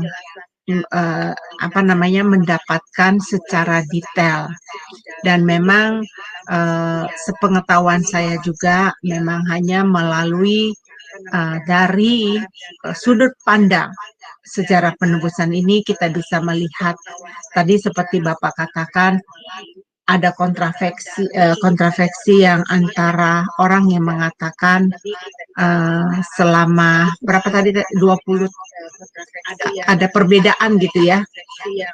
Ada yang 16 tahun dan ada yang 20 tahun itu. Nah, itu memang harus benar-benar dijelaskan secara secara detail ya. Katanya ada suara bergema. Suara gemanya di mana ya? Iya, bergema itu Ibu. Oh ya? Masih bergema ya? Masih Bu. Oke. Sekarang masih bergema? Masih Bu. Wah, dari mana ya suaranya bergema ya? Coba Aling take over dulu, Aling, saya kontrol, coba Aling. Ya, oke. Apa ya? Ya, baik Bapak Ibu. Silakan resen ya bagi yang ingin bertanya, maka akan dibukakan mute-nya oleh operator kami. Ya, baik Pak Yudi, mengenai penjelasan pada malam ini luar biasa ya Pak.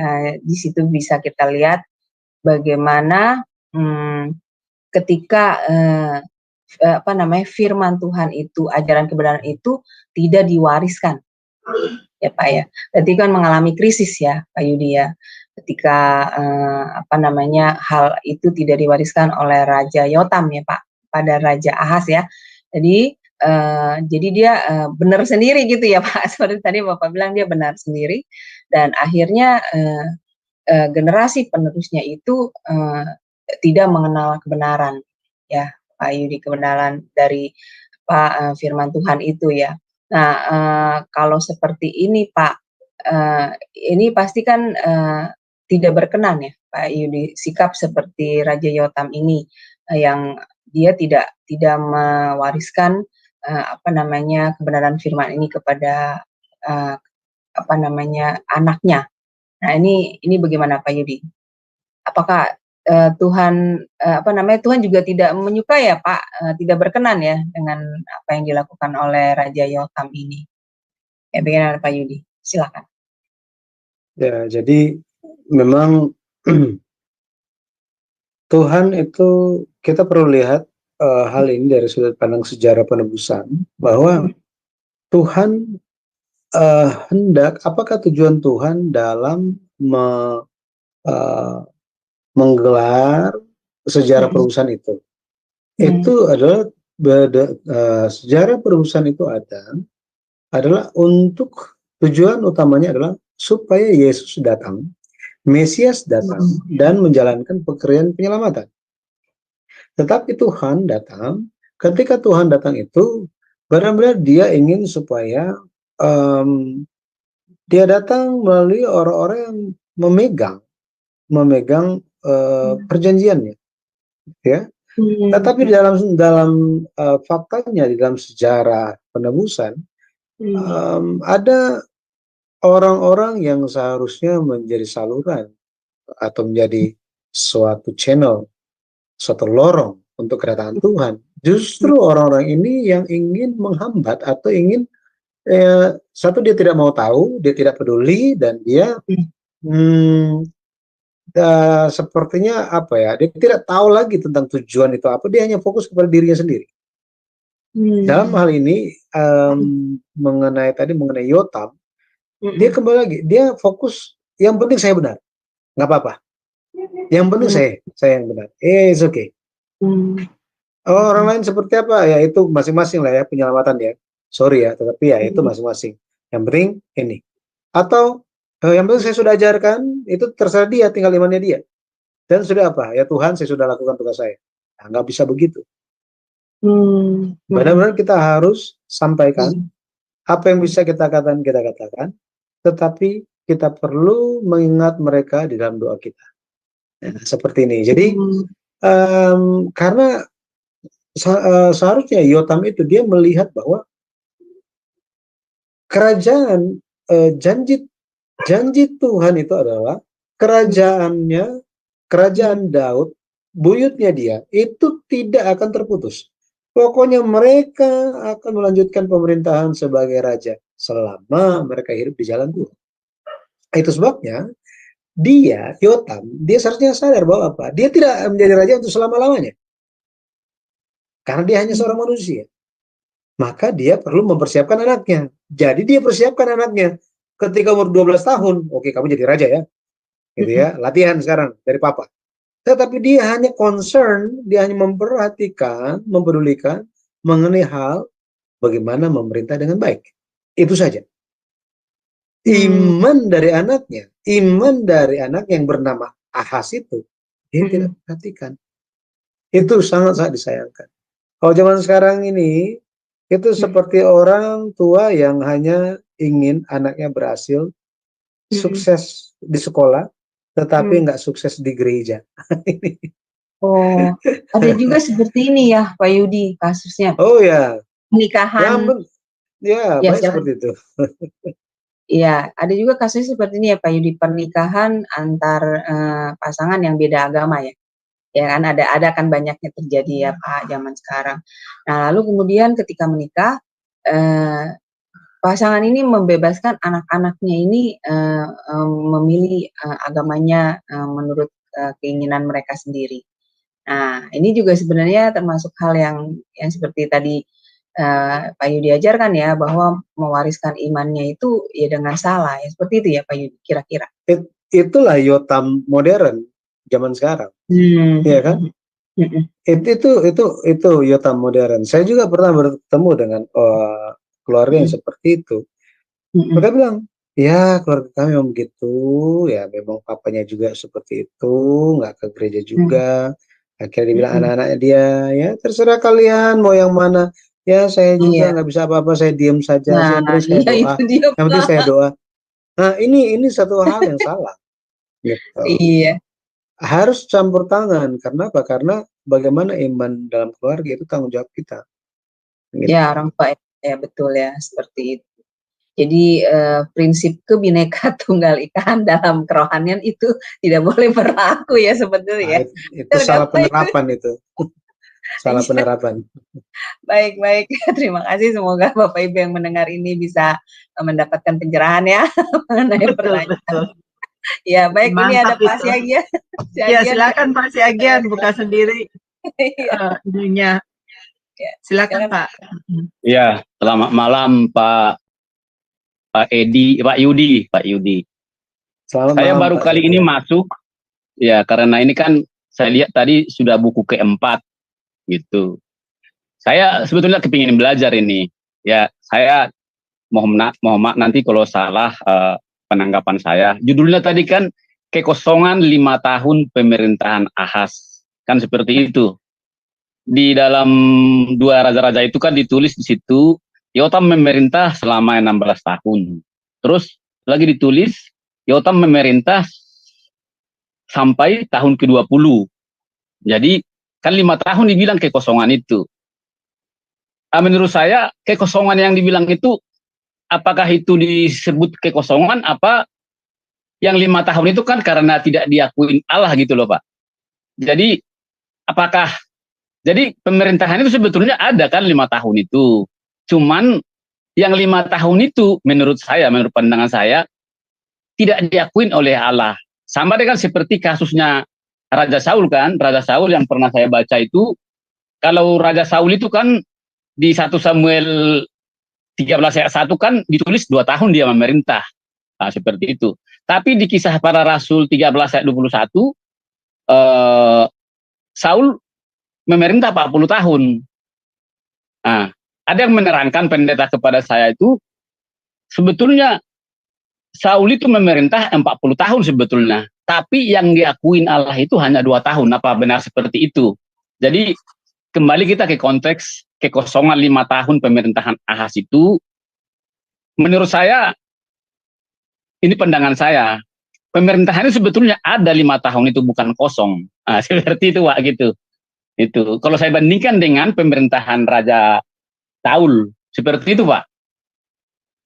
Ya, terima kasih Pak. Terima kasih. Seperti yang Bapak maksudkan, ya seperti itu Pak. Jadi memang bukan kosong. Jadi cuma istilahnya itu seperti apa ya? Judulnya itu kekosongan bahwa tadi suatu pemerintahan yang tidak diakui Tuhan itu seperti dilompati gitu.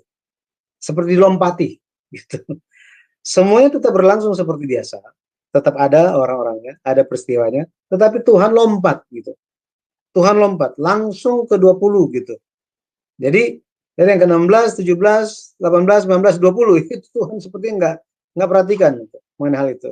Karena hal-hal yang tadi terjadi. Ya, terima kasih Pak masukannya. Ada lagi ya, Pak? Terima kasih. Tadi sebetulnya ada saya dengar yang ada yang 1 juta pohon atau 1 juta orang dibuat 1 juta pohon sebagai persembahan kan seperti itu tadi kan? Saya kurang jelas dengarnya. Ini mungkin kembali kita ke agama-agama yang ada di Indonesia kan? Kita anggaplah di Indonesia. Kalau agama di Indonesia itu katanya kan misalnya agama Kristen, Muslim, Hindu. Kembali kita sebutlah 3. Kalau di agama Hindu itu kan saya lihat di Bali karena saya pernah tinggal di Bali selama 30 tahun gitu. Di Bali itu kan, ya maaf ya kalau ada orang Bali di sini. Kalau di Bali itu kan kalau ada pohon yang besar itu kan itu langsung dibuat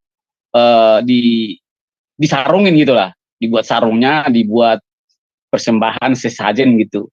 Saya berpikir tadi itu, apakah orang Bali itu mengikuti seperti yang dibicarakan Pak Yudi tadi gitu kan, 1 juta pohon, 1 juta dibuat persembahan gitu. Jadi seperti itu Pak, kita tanggapin sedikit gitu Pak. Ya, baik. Ya, jadi tadi jadi ada ayat yang mengatakan bahwa memang Raja Ahaz ini dosanya itu begitu agresif. Seperti apa nampaknya itu?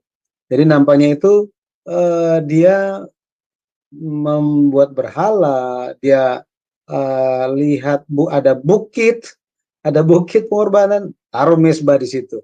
Ada pohon besar, taruh mezbah di situ. Jadi tadi saya bilang, jika ada 1 juta pohon rimbun di Yehuda, maka ada 1 juta juga tempat untuk menyembah di situ. Karena sebanyak jumlah pohonnya gitu kan. Karena ekspresi Alkitabnya seperti itu. Jadi seperti yang Bapak bilang tadi, ini karena memang Ahas itu dia banyak mencari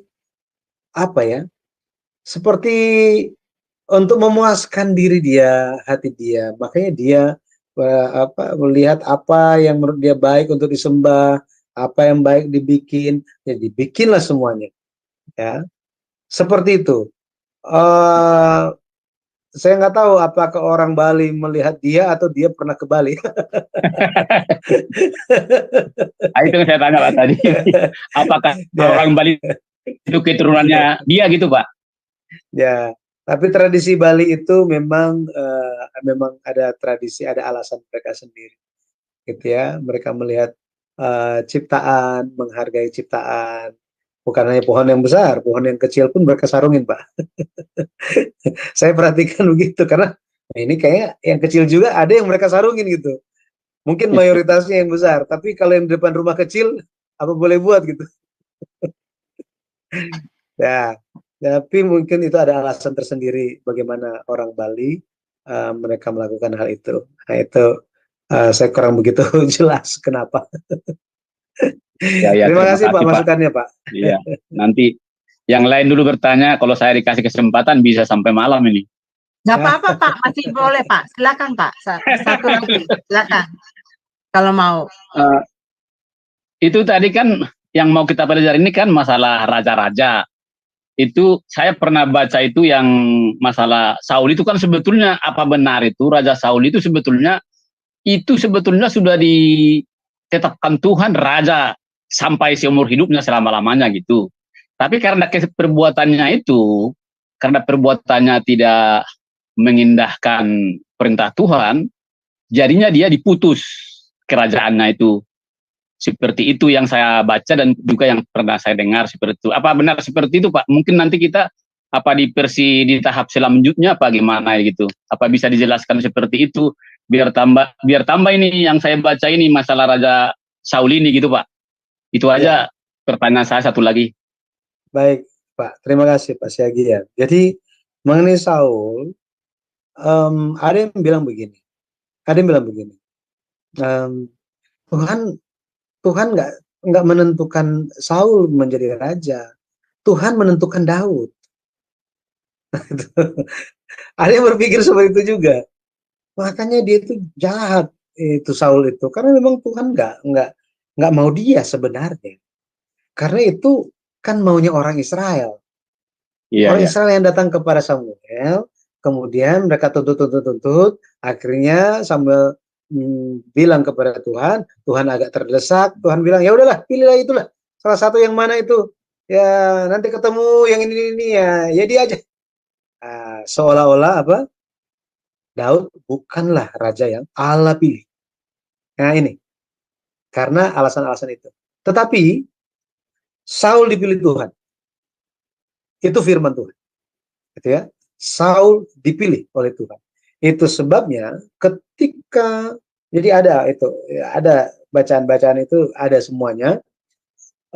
Bagaimana dia dipilih oleh Tuhan itu bukan karena manusia, tetapi karena undian itu Tuhan yang atur sampai siapa? Saul terpilih. Iya. Itu ceritanya kan. Nah, ketika dia itu melakukan pelanggaran, ini pernah dibahas, mungkin nanti Ibu Eni bisa kasih informasi video yang kita bahas tentang ketragisan keluarga Saul. Kita bisa lihat bahwa Nabi Samuel berkata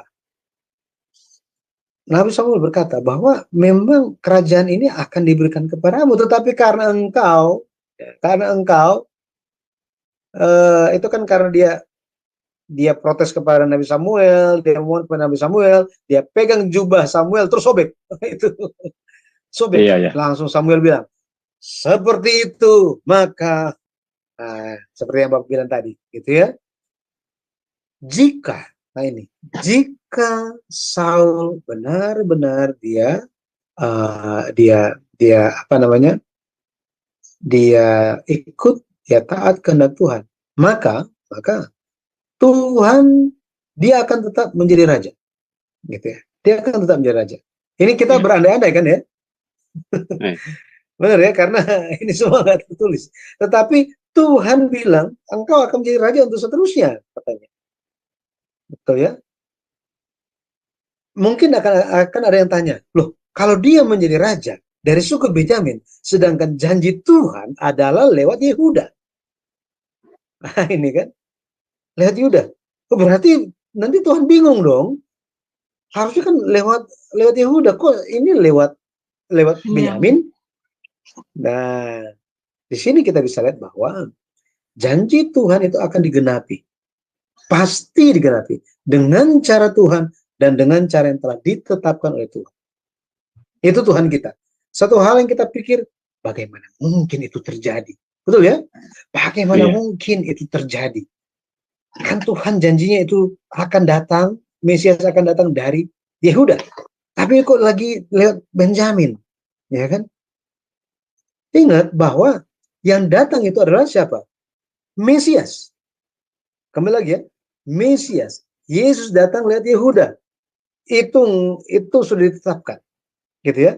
Tetapi Allah bekerja membangkitkan raja dari suku mana untuk memerintah, membimbing umat Tuhan. Itu Tuhan bisa pakai siapa saja. Buktinya apa? Nah ini, buktinya apa? Buktinya kalau kita lihat sejarah raja-raja Israel Utara. Ingat Rehabeam, raja pertama Israel Utara. Tuhan janji ke dia, jika engkau, engkau tetap ikut di jalan Daud hambaku itu, maka aku akan menegakkan keluargamu menjadi raja sampai sama seperti keluarga Daud, katanya. Dia bilang, sama seperti keluarga Daud. Itu janji Tuhan. Masalahnya apa? Dia gagal. Nah ini, dia gagal. Dia menyembah berhala. Dia mulai bongkar, pasang aturan hukum Taurat sesuai dengan apa yang dia mau. Dia angkat nabi-nabi, imam-imam yang mau dia. Akhirnya dia berdosa. Makanya Israel Utara, standar kejahatan raja itu berdasarkan Raja Rehabeam. Ini.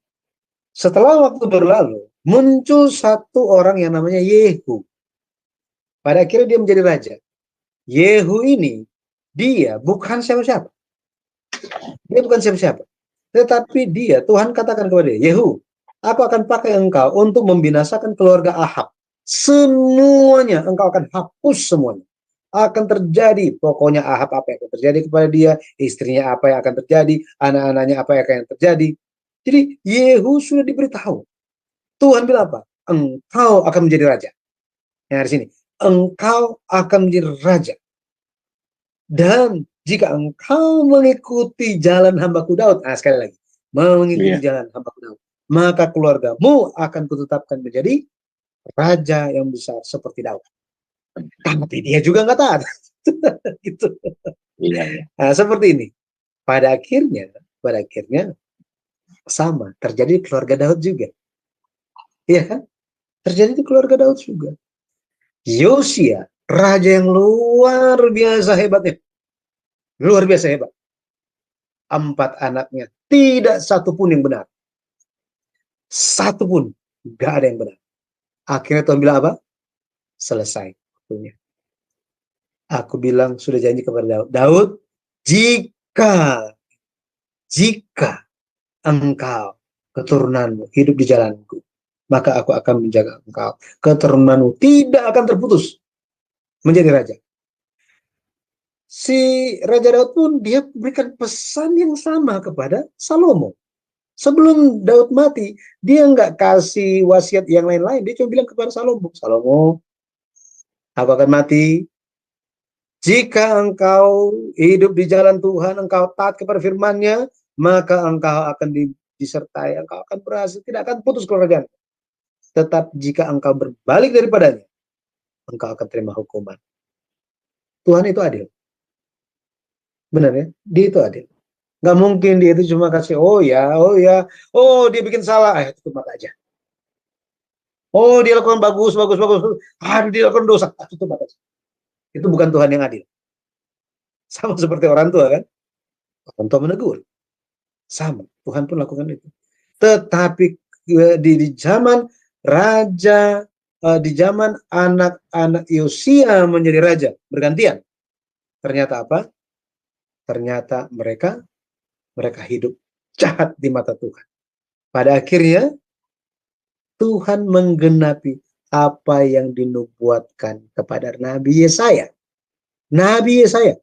Bayangkan, ini nubuat ini bukan hanya Nabi Yeremia, Daniel, Yehezkiel yang hidup di zaman pembawaan ke Babel. Yeremia itu, dia hidup di zaman Yosia. Itu Nabi Yeremia. Jadi dia mengalami reformasi iman yang luar biasa, reformasi gereja yang hebat sekali, reformasi agama yang hebat di zaman Yosia. Ini reformasi terakhir sejak Daud. Tetapi yang nubuat tentang kehancuran Israel itu, Yehuda Selatan itu, sudah dinubuatnya kapan? Ratusan tahun sebelum mereka. Sekitar 200-an tahun sebelum mereka. Ini, Tuhan itu adil, apa adanya.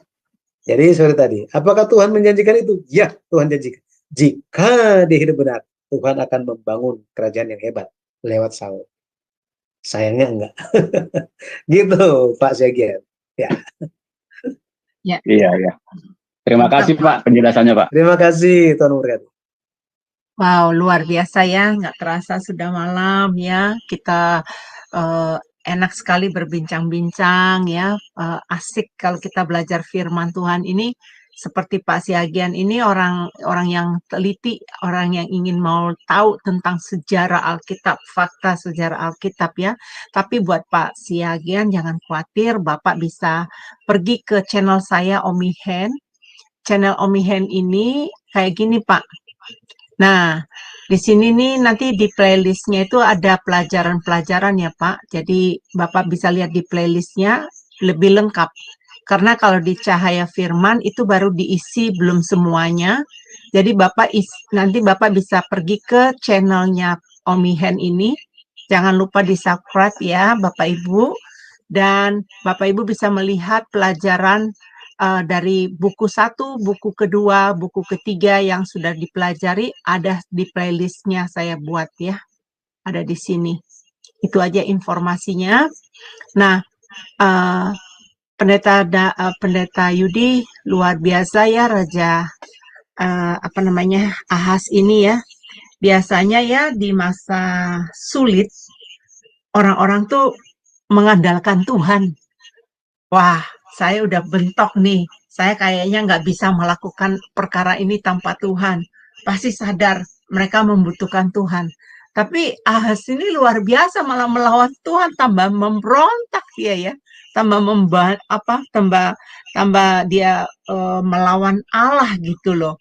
Nah, kemudian saya melihat ya karena Raja Ahaz ini betul-betul dia tidak bersandar kepada Allah. Jadi kekejaman yang dia buat itu ya luar biasa. Kalau di kampung saya dikatakan orang yang jahat begini udah kesetanan. Katanya di kampung saya kalau orang yang melakukan kejahatan itu kalau udah nggak melakukan kebaikan, oh udah kesetanan kamu katanya gitu. Jadi memang betul udah dirasuki sama kuasa kegelapan ya Raja Ahaz ini. Jadi kita belajar ya teman-teman dari peristiwa yang dialami oleh Raja Ahaz ini. Jangan kita mengikuti jejaknya. Nah, untuk lebih lanjutnya kita dengarkan last statement ya, statement terakhir dari Bapak Pendeta Yudi sebelum menutup kita di dalam doa. Siapa tahu kita dapat wejangan istilahnya ya, nasihat bagaimana kita membangun pilar kerohanian kita supaya kita jangan meniru Raja Ahaz. Silakan Pak Pendeta Yudi.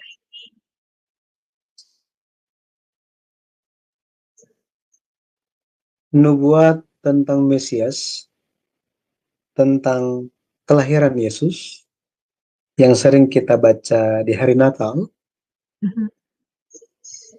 Yesaya 9 ayat yang ke-6,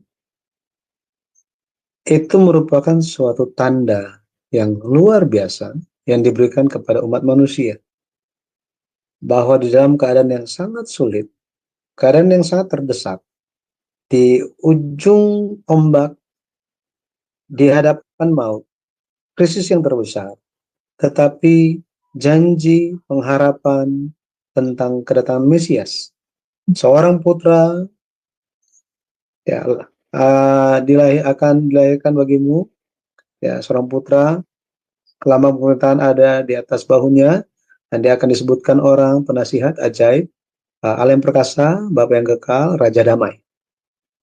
Ini merupakan nubuat yang luar biasa, suatu firman yang sangat-sangat menghibur, yang sangat melegakan. Dan firman Tuhan itu yang sering kita dengarkan di hari Natal, disampaikan pertama kali kepada Raja Ahaz. Firman itu disampaikan kepada Raja Ahaz. Jadi kita bisa lihat bahwa di tengah-tengah dosa dan kejahatan, kasih karunia Tuhan itu melimpah dengan sangat besarnya. Raja Ahaz yang sangat terdesak, dia tidak ada jalan untuk bersandar, dia tidak ada jalan untuk bisa keluar dari masalah dia diberikan jalan keluar. Bahkan dia tidak mau minta tanda, Tuhan langsung memberikan tanda bahwa Mesias akan lahir, akan datang di masa yang sama seperti dia, yang mirip kondisinya dengan yang sedang dialami. Sangat-sangat gelap, tidak ada pengharapan sama sekali. Tetapi saat seperti itulah Mesias akan datang. Akan tetapi sayangnya Ahaz melewatkan kesempatan memperoleh kasih karunia itu. Sama seperti itu juga ketika Yesus datang, orang Israel, orang Yahudi melewatkan kasih karunia itu. Yesus yang penuh dengan kasih karunia dan kebenaran, mereka melewatkan hal itu. Yesus yang adalah firman hidup, itu pun datang setiap hari kepada kita. Dia yang penuh dengan kasih karunia, dia datang kepada kita dan mengetok hati kita. Marilah kita menjadi umat Tuhan yang senantiasa menerimanya, membuka pintu hati kita lebar-lebar, sehingga Yesus, firman hidup itu, masuk dan diam bersama-sama kita, melakukan pekerjaan besar lewat kita. Mari kita berdoa. Allah Bapa yang hidup, terima kasih kami telah belajar mengenai Ahaz, di mana masa pemerintahannya 5 tahun itu dianggap kosong. Tidak ada sesuatu hal yang diakui oleh Tuhan karena dosa dan kejahatan dia. Bapa, kami mohonkan biarlah kami bisa belajar bahwa jalan yang lebar adalah jalan melakukan semua apa yang kami mau. Tetapi jalan yang sempit adalah jalan mengikuti apa yang Tuhan mau. Bapak, terima kasih. Tolong bimbing kami ya Bapak. Lewat jalan yang telah Engkau perlihatkan kepada kami percaya firman-Mu. Perhatikanlah jalan-jalan yang baik, tempuhlah itu. Jalan yang dahulu kala. Maka kami telah melihat jalan di hadapan kami, bantu kami untuk menghindari jalan yang jahat, tetapi kami menempuh jalan-jalan yang baik. Karena pada akhirnya jalan Tuhan, jalan zaman dahulu kala, akan membuat kami menemukan istirahat yang kekal. Terima kasih ya Bapa, kami bersyukur karena Yesus Kristus beserta dengan kami. Kami berdoa biarlah Engkau yang senantiasa menyertai, supaya kehidupan iman kami pun senantiasa berkenan di hadapan-Mu. Engkau yang akan mencukupkan segala yang kami perlu. Engkau yang akan membukakan jalan ketika kami melayani kehendak Bapa. Lebih lagi segala hal yang kami lakukan, penghidupan kami, anggota keluarga kami, sekolah anak-anak kami, dan orang sekitar kami, semuanya demi kemuliaan Tuhan saja. Untuk channel yang baru ini, Cahaya Firman, biarlah Engkau yang mencurahkan berkat dan kasih karunia kepada setiap pengerja-pengerja pelayan-pelayan-Mu, sehingga mereka pun Bapak terus menjadi terang dan saluran berkat Tuhan bagi banyak orang. Kami bersyukur kepada-Mu ya Bapak, dan kami menyerahkan sisa hari ini semua di dalam tangan-Mu. Bagi saudara kami yang baru memulai kegiatan di hari ini, hari yang baru, kami mohonkan tangan Tuhan yang akan menyertai untuk kami bisa menjalankan kehidupan kami. Terpujilah nama Tuhan. Biarlah kelas ini memuliakan nama Tuhan saja. Di dalam nama Tuhan Yesus Kristus, kami berdoa dengan penuh ucapan syukur. Amin. Amin, amin. Terima kasih untuk Bapak Pendeta Yudi yang sangat luar biasa memberkati kami semua. Berarti untuk minggu depan adalah pelajaran terakhir dari buku seri keempat ya. Bapak Pendeta Yudi akan merangkum pelajaran ini minggu depan. Jadi Bapak Ibu kembali lagi bersama-sama kami di Jumat yang akan Jumat depan supaya kita bisa mengetahui apa rangkuman dari buku seri yang keempat. Baik, Tuhan Yesus memberkati.